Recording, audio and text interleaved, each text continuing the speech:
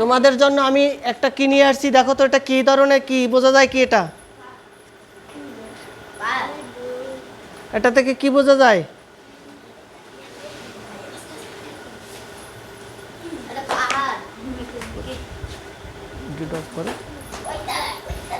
কি রকম? ব্যাংক। ব্যাংকে কি করে? টাকা রাখে। কেন রাখা হয়? জমানোর জন্য। তোমাদের কি খাবার দেয় প্রতিদিন, সেই খাবার থেকে 5 টাকার কয়েল বা 2 টাকার কয়েলগুলো রেখে দাও, তাই না? এটাকে মানে আমরা পরিভাষায় কি বলতে পারি? ব্যাংক। তো ঠিক আছে, টাকা সঞ্চয় মানে রাখা হয়। রাখা হইলে কি? সুদে সঞ্চয়, যে অনেক দিন পরে আমরা সেই টাকাগুলো কি করব? একসাথে পাবো। তার জন্য সবার কাছেই তো এরকম একটা ব্যাংক আছে। তাহলে এটাকে বলা হয় কি? তাহলে আজকে আমাদের যে শিখন অভিজ্ঞতা, তার নাম কি হইতে পারে বলো তো? মানে খুদে সঞ্চয়। খুদে সঞ্চয় থেকে ভবিষ্যৎ গড়ি। তোমরা যদি অল্প করে করে টাকা রাখো, কিন্তু একদিনে মানে 1 মাস পরে অনেকগুলো টাকা হবে, তাই না? সেই আশায়। তাহলে এবার তো দেখাও তোমাদের কার কি টাকা আছে, একটু টাকা রাখো। এখানে দুটো আছে আমার, দেখো। এই একটা টাকা রাখার, আবার এই একটা টাকা রাখার, দুটাই টাকা রাখা যায়, তাই তো? এবার এই টাকা রাখো তো, কার কাছে কয় টাকা আছে একটু রেখে দেখাও দি।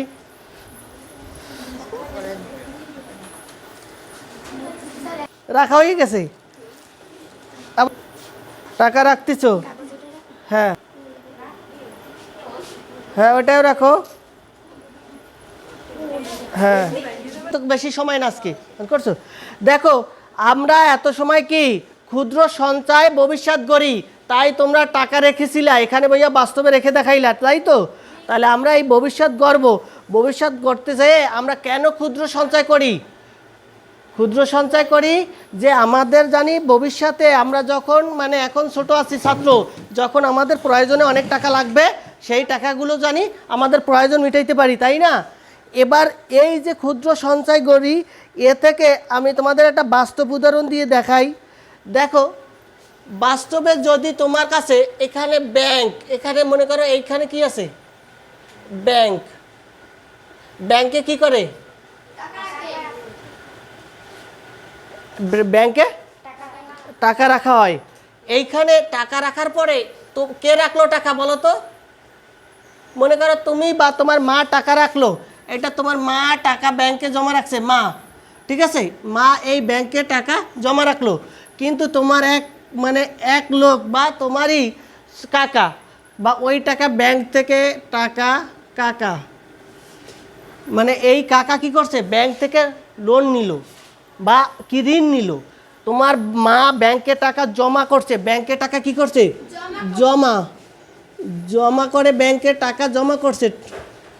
জমা। ব্যাংকে টাকা জমা করে। আর ঋণ নেয় কে বলো তো? কাকা ঋণ নেয়। কিন্তু এই ব্যাংকের কি লাভ বলো তো? ব্যাংকে টাকা মানে রাখলো কে? তোমার মা বা আমরা সবাই সঞ্চয় করি, 200 টাকা করে 500 টাকা করে মাসে জমা রাখি, কিন্তু তোমার আবার ওই ব্যাংক থেকে অন্য লোক টাকা ঋণ নেয়। এই যে মা, মনে করো সাধারণ মা তোমার কি টাকা জমা রাখলো, কিসে? ব্যাংকে টাকা জমা রাখছে। সেই টাকা তোমার কাকা আবার ঋণ নিচ্ছে, ঋণ নিয়ে কি ঘর করছে অথবা ব্যবসা করছে। তাহলে এখন ব্যাংকে রাখলো, ব্যাংক থেকে আবার টাকা নিল, তাহলে ব্যাংকের কি লাভ? ব্যাংক কেন টাকার জমা রাখলো, আবার কেন ঋণ দিল? অবশ্যই ব্যাংকের লাভ আছে। ব্যাংকে যারা চাকরি করে তাদেরকে আমরা কি সরকারি চাকরিজীবীও বলি, মানে ব্যাংকারও বলি। ব্যাংকার টাকাটা কিন্তু এই দুজনের মাঝের যে টাকা লভ্যাংশ থেকে ওদের চাকরির বেতনটা পায়। কিভাবে দেখবা? তোমার মা মনে করো 500 টাকা জমা রাখছে। কত টাকা? 500 টাকা। এই 500 টাকার মনে করো 10%, মানে 10% মুনাফা দেবে। কয় পার্সেন্ট মুনাফা দেবে? তোমার মা টাকা জমা রাখছে 500 টাকা, 1 বছর পরে তাকে 10 টাকা বেশি দেবে। আর তোমার মানে এই যে কাকা যে টাকা ঋণ নিচে, সে নিচে মনে করো 12% হারে। সে মুনাফা নিচে কত? 12% হারে। কয় পার্সেন্ট হারে নিচে? 12% হারে নিচে। কেন নিচে? যে টাকাটা রাখবে। এখন আমার এইখানে তোমার মাকে কয় টাকা ফেরত দেবে? 10 টাকা। মানে তোমার কাকা কয় টাকা ফেরত দেবে? 12 টাকা। 500 টাকার মানে 10%, এইখানে 100 টাকায় 12 টাকা। এইভাবে যখন ফেরত দিবে তখন কিছু টাকার পার্থক্য আসবে না? এই পার্থক্য যে টাকাটা আসবে ওই টাকাটাই ব্যাংকের কর্মচারী সকলের বেতন আসে এবং তাদের লাভও থাকে। ঠিক আছে, এই যে এনজিও সমিতিগুলো তোমাদের বাড়িতে আসে, টাকা নিয়ে যায়, আবার টাকা লোন দেয়, ওদের কোনো টাকা নাই, তোমাদের টাকাই নেয় ওরা, তোমাদের টাকাই ওরা ঋণ দেয় এবং ঋণ দিয়ে ওদের প্রতিষ্ঠান সকল কর্মচারীদের বেতন ভাতা পরিশোধ করে। হ্যাঁ, কিন্তু শর্ত দিয়ে যে টাকা দিতে বাধ্য, টাকা দিতে বাধ্য, বোঝা গেছে? এবার আমি এইখান থেকে আমরা কেন সঞ্চয় করব, এই সঞ্চয়গুলো নিয়ে আসব। এখন দেখো এখানে যখন 100 টাকায় এই যে 10% হারে টাকা দিবে, কয় টাকা আসে তাই দেখি। 10% হারে মানে 10 টাকা দিবে কয় টাকায়?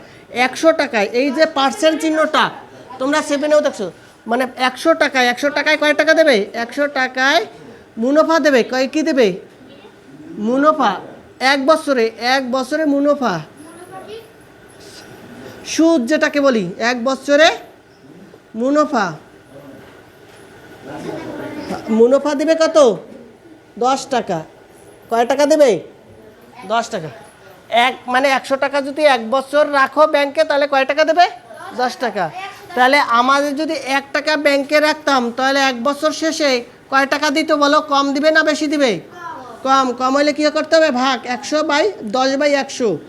এবার তোমার কয় টাকা মা জমা রাখছিল? 500 টাকা। কয় টাকা?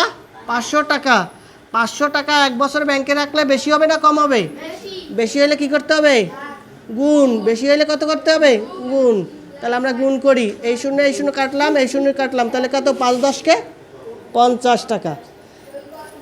তাহলে এই 50 টাকা কে দিল? ব্যাংক তোমার মাকে দিল। এবং তোমার কাকা ব্যাংকে কয় টাকা দেবে? এই 500 টাকার, তাই দেখি। এবার তোমার কাকার ক্ষেত্রে, এইটাকে কার ক্ষেত্রে গেছে? মায়ের ক্ষেত্রে। এটা কি? মায়ের ক্ষেত্রে। আর কাকার ক্ষেত্রে কি হইলো দেখো, কাকাও তো ওই একই টাকা নিবে, তাই না? আমি আর লিখলাম না। কাকা দেবে কত? 500 টাকায়, মানে 100 টাকায় কয় টাকা দিবে? 100 টাকায় 1 বছরে দিবে কয় টাকা? 12 টাকা। কয় টাকা দিবে? 12 টাকা। তাহলে 1 টাকায় দিবে কত 1 বছরে? কম, তাহলে 12 কত? 100। এবার 500 টাকায় দিবে কত? বেশি না, 1 টাকার থেকে বেশি দিবে না, তাহলে কত হবে? গুণ। তাহলে গুণ করলে কত হবে? 12 গুণ কত? 500। 12 গুণ 500 বাই কত? 100। তাহলে কাটলে কত? 5×12 কত বলো? 60 টাকা। আমরা তো এই 60 টাকা দিয়ে নিলাম, এইখানে কয় টাকা বেশি পাইছে? 10 টাকা ব্যাংকে রয়েছে। ব্যাংকে তো লাখ লাখ টাকা ঋণ দেয়, কয় টাকা? লাখ টাকা। আবার জমা যারা তার রাখে তারাও অনেক টাকা বেশি রাখে, তাহলে লভ্যাংশ বেশি হয় না? লভ্যাংশ যখন বেশি হয় তাহলে ব্যাংকের কর্মকর্তারা তখন বেশি টাকা পায়। হ্যাঁ হ্যাঁ হ্যাঁ হ্যাঁ, ওই 10 টাকা হচ্ছে ব্যাংকালাদের লাভ। কোনো সমস্যা আছে? এখন এইটার একটা নাম আছে, আমি এইটা কোন আকারে করলাম বলো তো? সরল মুনাফার ক্ষেত্রে। সরল মানে কি? একই বছর। এখন যদি তোমার মা বলতো 5 বছর আমি টাকাটা ব্যাংকে রাখবো, কয় বছর? 5 বছর যদি ব্যাংকে টাকাটা রাখে, তাহলে আমি যখন এইখানে 1 বছর লিখছিলাম, এইখানে 5 মানে 1 বছরের নিচে কত আসবে বলো? 5 বছর টাকা ব্যাংকে থাকবে, তাহলে এইখানে যখন 1 বছর থেকে, তাহলে তার বেশি হবে টাকা না কম হবে? বেশি হবে। তাহলে বেশি হলে কি হবে? গুণ করতে হবে কত? 5। তাহলে কত? 5×5 = 25। তাহলে কত আসবে? 250 টাকা। এই দেখো 5 গুণ হয়েছে কত? 10। 5×10 = 50। আগে ছিল কত? 5×10 = 50, আর 50-কে 5 দ্বারা গুণ করো, তাহলে 5×5 = 25, আর শূন্য বসাই দাও, 250 টাকা। তাহলে কয় টাকা পাইলো? 5 বছরে 250 টাকা। কিন্তু যখন 5 বছরে যখন তোমার কাকা ওই টাকাটা 5 বছর জমা রাখবে, কয় বছর? আমি প্রথমে দেখাইছিলাম কি 1 বছরেরটা, এখন দেখাচ্ছি কত? 5 বছরেরটা। এবার যখন সে টাকা কয় বছর বেশি রাখবে বলো? 5 বছরে। তাহলে তোমার কাকাও তো এখানে 1 বছরের জায়গায় 5 বছর টাকাটা নিবে। কয় বছর নিবে? 5 বছর। তখন কি টাকার পরিমাণ বেশি হবে না কম হবে? বেশি হবে। তাহলে এখানে বেশি হলে কি গুণ? এবার কত? এই 60, 500 কত? 30। তাহলে 300 টাকা। এবার এইটা আমরা কোন আকারে বুঝলাম বল? এইখানে এবার 50 টাকা লাভ হয়েছে। আমরা কি বললাম বলো? এই পর্যন্ত যে কাজটা করছি আমরা বোঝা যায়? একটু বুঝাই বলো। কে বলতে পারবে? এটা হচ্ছে সরল মুনাফার ক্ষেত্রে আমরা কখনো বাড়াইছি মুনাফা, এটা কি সরল মুনাফার ক্ষেত্রে আমরা যা হিসাব করছি এত সময় কি সরল মুনাফার ক্ষেত্রে। এখন যদি এইখানে 200 টাকা মানে করে আমরা নিলাম, এবার তোমাদের একটা শখ আছিল একক কাজ, দেখো একক কাজের একটি শখ আছে, কিস্তিতে টাকা জমা দিবে। তাহলে আমি একটু শখটা তোমাদের এই পাশে একটু দেখাই দিই, কারণ এইটা আমাদের লাগবে। এই পাশে শখটা কি বলছিল, প্রথম মাসে মানে টাকা রাখবে কত?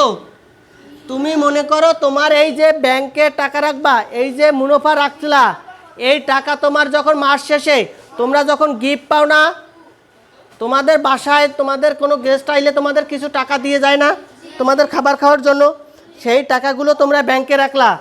1 মাস পরে ব্যাংকে মানে চিন্তা করলো আমার যে টাকা হয়েছে সেই টাকাগুলো আমি ব্যাংকে জমা রাখবো। আমি এখন আর এই মাটির ব্যাংকে বা প্লাস্টিকের ব্যাংকে টাকা জমা করব না, এবার করব কি মাটির ব্যাংকে মানে টাকা রাখবো না, যে ব্যাংক আছে বা এনজিও আছে ওইতে টাকা রাখবো। এখন এনজিওতে টাকা রাখতে গেলে তোমার একটা অ্যাকাউন্ট করতে হয়, প্রথমে একটা হিসাব নাম খুলতে হবে তোমার, নাইলে তো হবে না। এটা কোন হিসাব করবে? স্টুডেন্ট হিসাব আছে, মানে ছাত্র ছাত্রীদের জন্য ব্যাংকের আলাদা একটা অ্যাকাউন্ট আছে, ওই অ্যাকাউন্ট করতে গেলে তোমাকে 100 টাকা দিতে হয়। মানে ব্যাংকে প্রথম তুমি যদি একটি হিসাব খুলতে যাও, তোমার কাছ থেকে ব্যাংকের যে ফর্ম দেবে, তোমার যে জন্য কাজ করবে, এই কাজের বাবদ 100 টাকা বেশি নেবে, যে টাকাটা তোমাদের আর কখনো ফেরত দিবে না। বুঝাইতে পারছি? কয় টাকা বেশি নেবে? 100 টাকা। এবার প্রথম মাসে তুমি কয় টাকা দেবা? অ্যাকাউন্ট যদি করতে থাকো, প্রথম মাসে তুমি দিলা কত? 100 টাকা ব্যাংক অ্যাকাউন্ট খোলার জন্য, এখানে জমাবে কত? 100 টাকা। এবার ওই মাসে তুমি ব্যাংকে 200 টাকা যদি জমা করো, তাহলে মোট ওই মাসে কয় টাকা জমাবে? 300 টাকা। কিন্তু তুমি ফেরত কি 300 টাকা পাবা? না, 200 টাকা। এইভাবে করে তোমার 100 টাকা কি বললাম, 100 টাকা তোমাদের। এবার একটি একক কাজ আছে, একটু কাজটা এই খাতাটাই খুব দ্রুত করে দেখাও তো, 2 মিনিটের মধ্যে কাজটা একটু দেখাও তো, তোমরা যে কাজ করতেছো খুব দ্রুত কাজটা করো। হ্যাঁ, সব প্রতি মাসে তুমি 200 টাকা করেই জমা দিবা। কয় টাকা করে জমা দিবা? 200 করে জমা দিবা। জমা রাখলে 12 মাস পরে কয় টাকা আসবে এটা দেখো, তোমাদের দেখাচ্ছি। দেখো, আমরা এই সরল মুনাফার ক্ষেত্রে আমরা কিছু মানে সূত্র সাহায্যে করব। এখন এইখানে যে 500 টাকা তোমার মা জমা রাখছিল, ওইটার নাম কি? আসল। ওইটা জমা রাখছিল, ওই টাকার নাম কি? আসল কয় টাকা রাখছিল? আসলকে পি দ্বারা প্রকাশ করব। পি কত টাকা ছিল? 500 টাকা। পি কত? আসল কত? পি। আসলকে কি দ্বারা প্রকাশ করব? পি। এবং সময়কে কি দ্বারা প্রকাশ করব? সময়কে এন। সময় কত? এন। কয় বছর ছিল? 5 বছর। এবার মুনাফা, এবার কি আসবে? মুনাফা কত আসবে?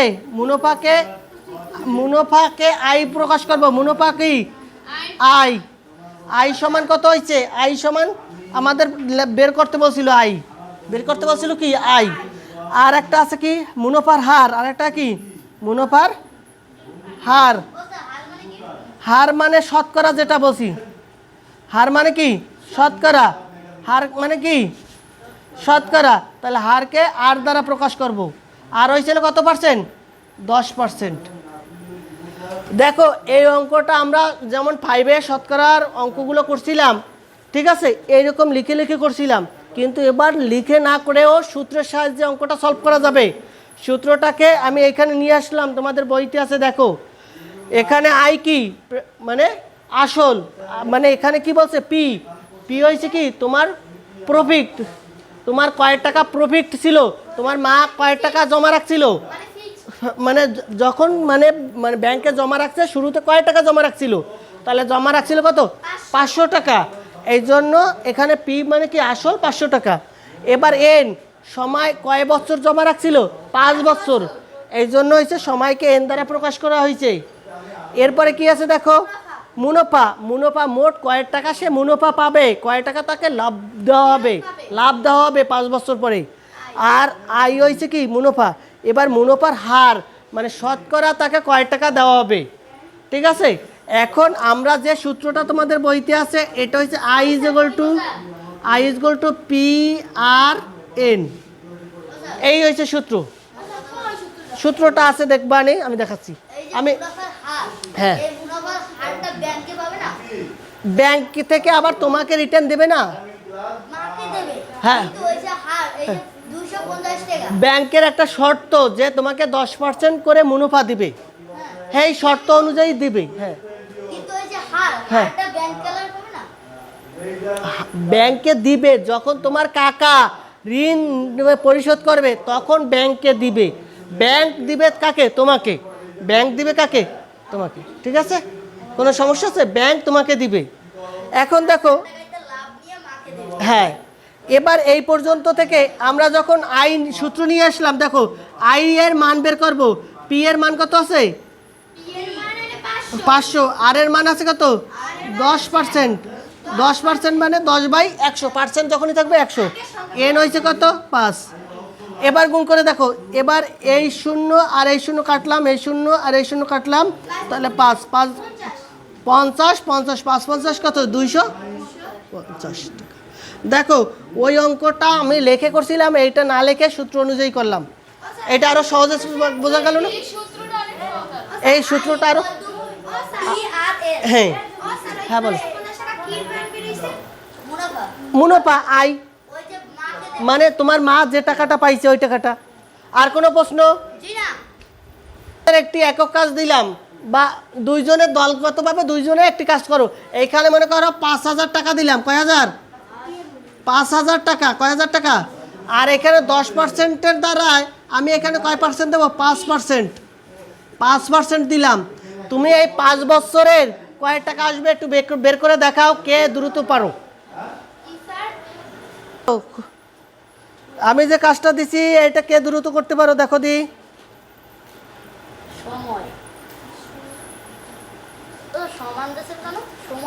সময় 6 বছর। তাহলে করো, দ্রুত করো, খুব মনোযোগ সহকারে করো। কার অ্যান্সারটা আগে হয় আমি দেখবো। সহজ তো যখন বলি তখন তো সহজ থাকে, কিন্তু বাড়িতে তো করো না, এটাই তো সমস্যা। পার্সেন্ট মানে ওইটা বাই 100 থাকবে। শতকরা, পার্সেন্ট মানে শতকরা।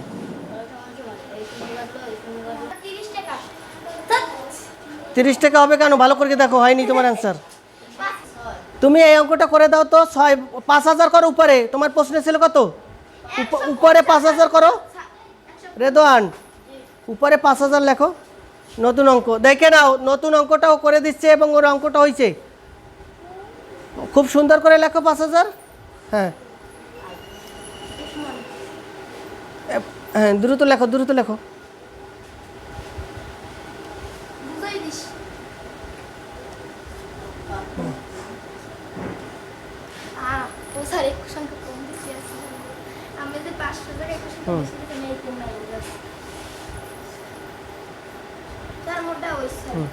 এবার নিচে উত্তরটা বসাই দাও। উত্তর কত হয়েছিল তোমার?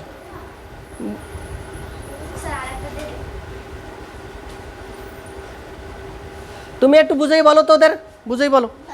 হ্যাঁ ওদেরকে একটু বুঝেই বলো কিভাবে অঙ্কটা করলে। হ্যাঁ বলো।